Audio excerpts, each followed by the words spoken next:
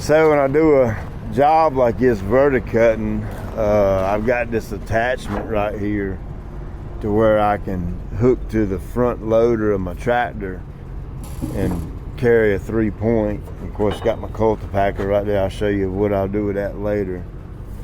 And then my 4075, and then my tri-load. So you can see this is a big old load right here. That's kind of the way I haul everything, and I usually haul things the day before I do the job. That way everything's staged and ready to go, and that way the day of the job, which is tomorrow, I can get here bright and early and get started early. That way I can knock the whole job out in one day and be efficient. So plus I got a tea time today at 3 o'clock in a Skins game, so I can't work today anyway other than doing this right here. But going to verticut football field. It's up there on top of the hill, and then we're going to take all the clippings, all the debris, the clippings, and we're going to take it to a practice field that I think they have prepped. At least they said they prepped it. So we're going to look at that before we leave and see what kind of work they did. And then we'll take and use the cultipacker and press all those clippings into the ground, and that way they can start watering and have a new ball field, new practice field. So let me show you how this works before I get going. It's easier to show you on the trailer right here. But you can see that right there rotates those little discs, or I don't know what you call them, stars or whatever. But they go down in the ground. You can see about my cutting depth right there, right around 1/2 inch, 3/4 inch. And of course, this goes on the back of the tractor and hooks to the PTO. It rides on this roller right here to keep it from digging. And then this is the actual verticutting part right here. VCU 150, got it from Steck Equipment. If any of y'all's interested in this Steck Equipment, there's a coupon code in the description below to get you a little discount. When you're talking about stuff like this, a little discount ends up being a whole lot. But this is a verticutter, and it's going to leave an absolute mess on that Bermuda. Cuts the rhizome stolen, cleans out any thatch and all that kind of crap that's in there.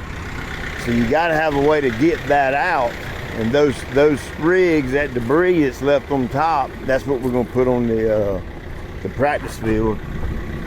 So this brush right here, this head unit right here, hydraulic, and it drops down, rides on these tires right here. And this broom right here will spin at a fairly high rate of speed, and it'll throw it up in this chute right here. See how it goes up in that chute right there? And then it comes right through here. It goes. It's a big vacuum right here. Like on a debris loader, it sucks up leaves. You see them the city uses to suck up leaves off the street. Well, it's the same thing. It's just a big old vacuum head unit right there. And the brush will send it up through here, creating a vacuum right here, and then this thing will suck it in here, take it, throw it right in the dump. This is just a separate little wand or something that you can unhook and take off if you got corners or whatever you can't get this machine in. You can use that independently, and that will act like a vacuum as well. Look at them tires. Good gracious alive, them tires are massive. There's 33-inch tires on that thing. When you come over here, the head unit is hydraulically controlled, so it goes up and down by your functions in the tractor. And then you come right here and you flip this hydraulic diverter. I don't think that's what you call that. Maybe it is a diverter valve, or selector valve, or diverter valve, or whatever. You flip that up, then your hydraulics control the dump, and this thing will raise up and dump. So it hooks right up to the PTO on your tractor, and I got my hitch kind of jigabooed up right there just to get by today. The standard deer hitch just wouldn't work with this setup, so I'm having a custom hitch made. I can just pop in and out. It'll work a little bit better, but what I've got done today will get me by for this one job. But yeah, that's kind of how it works. You go out there and you verticut the whole field, and then you know, come over here, dump the verticutter, hook through the vacuum, and every time it gets full, you go over there and dump it on the field.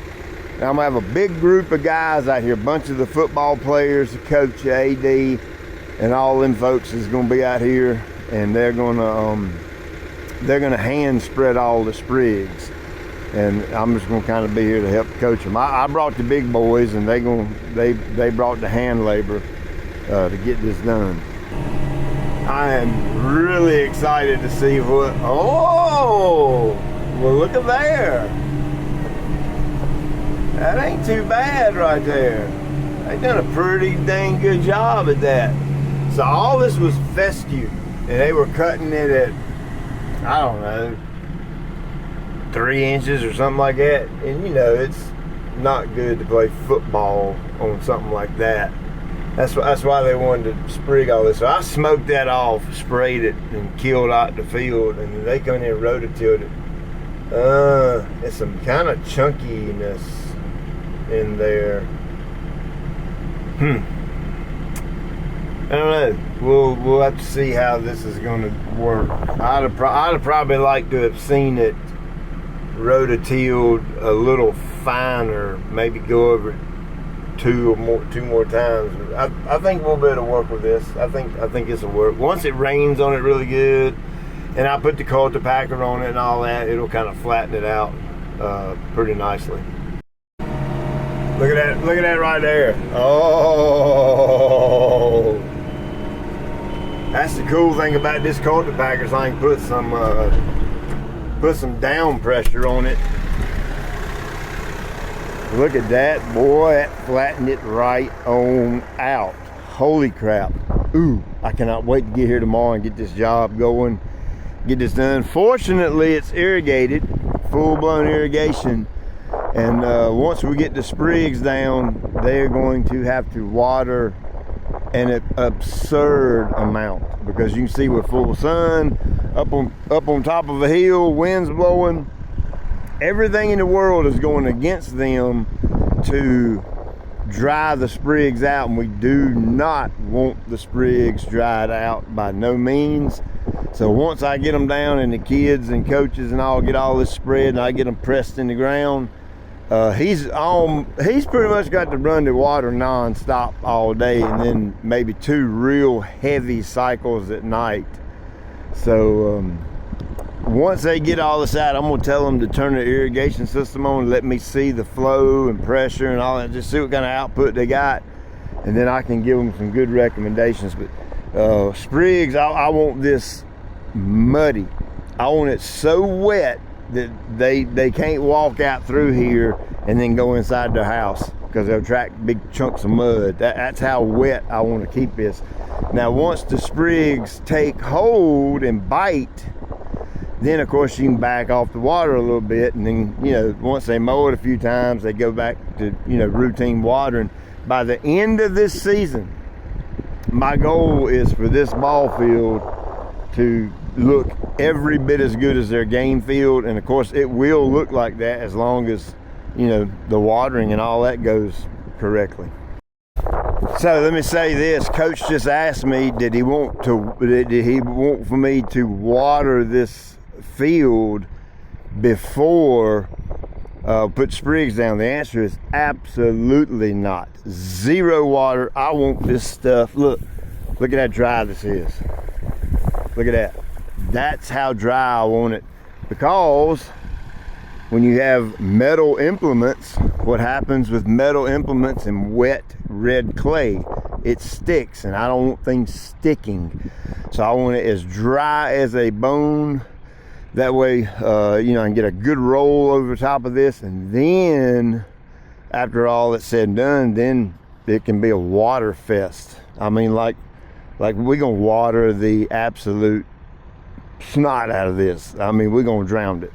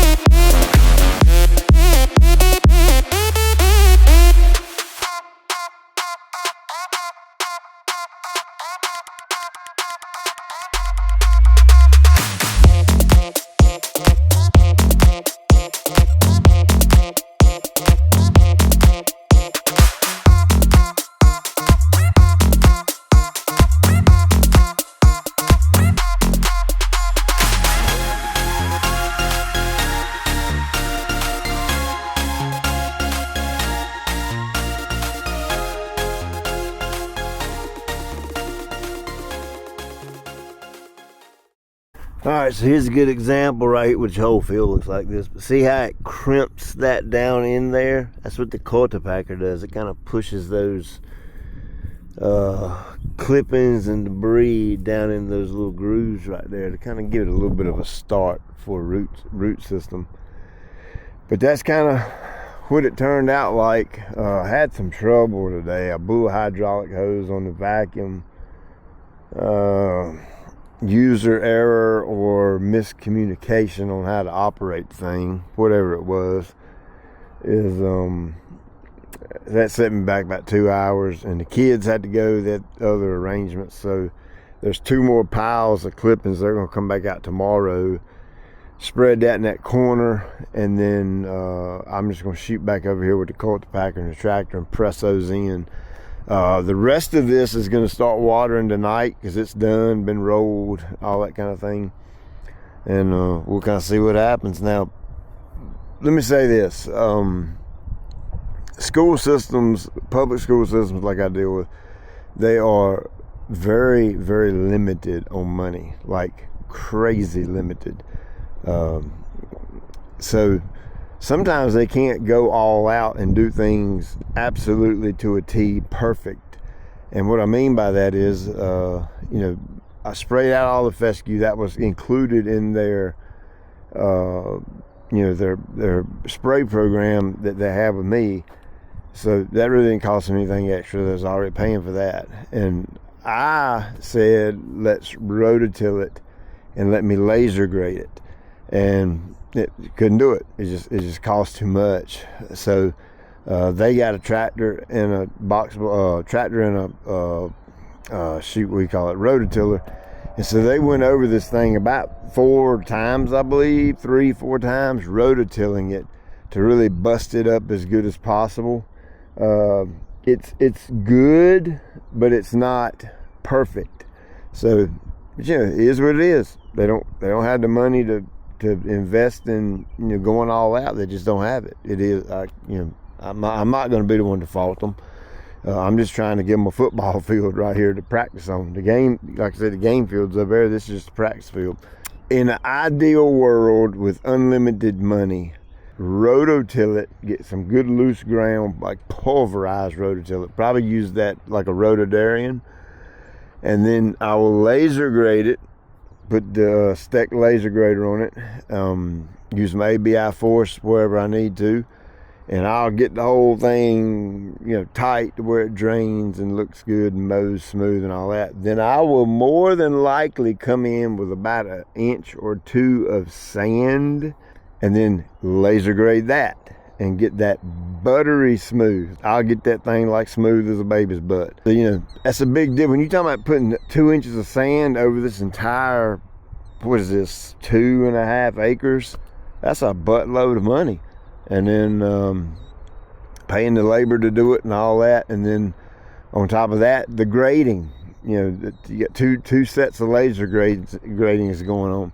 So, I'm not going to fault them. I'm just tickled silly that they're actually taking it this far and doing it like this. Water. And then we'll kind of see what happens, see how this comes in. Like I said, the water's supposed to start running tonight. They're calling for a little thunderstorms tonight. It looks like it's over that way. So maybe we'll get a little rain on it tonight. We'll see what happens. But anyway, that's I learned something about this thing, the Verticutter. You have to, I tried verticutting a little ditch area up there, and I busted the shear bolt on the PTO shaft, which those are inexpensive. They're there for a reason. So it breaks this little inexpensive bolt instead of breaks a big part. So I learned my lesson that this thing needs to stay on flat, level ground. All right, there you go. I'm gonna get out of here. It's late, and I'm gonna go home and eat. I think my wife is bringing home some shrimp and scallops from the Japanese place. Check you later.